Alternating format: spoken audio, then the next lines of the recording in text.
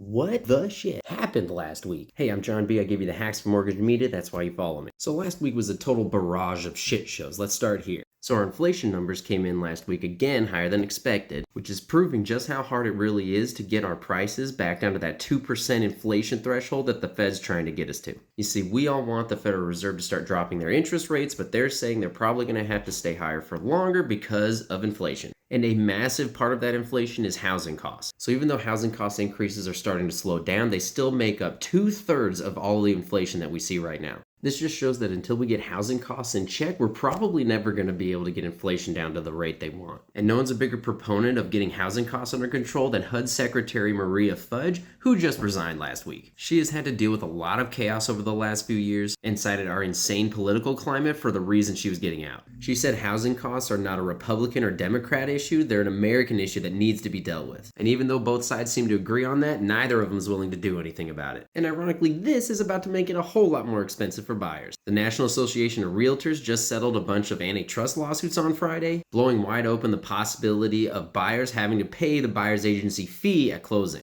This could add thousands of dollars of closing costs and add another barrier to home ownership for millions of people. Oh, and amid all this insanity, rates went back up over 7%. But this week we have the big Federal Reserve interest rate meeting, so we're going to see what they have to say about all this. So stay tuned and I'll keep you posted.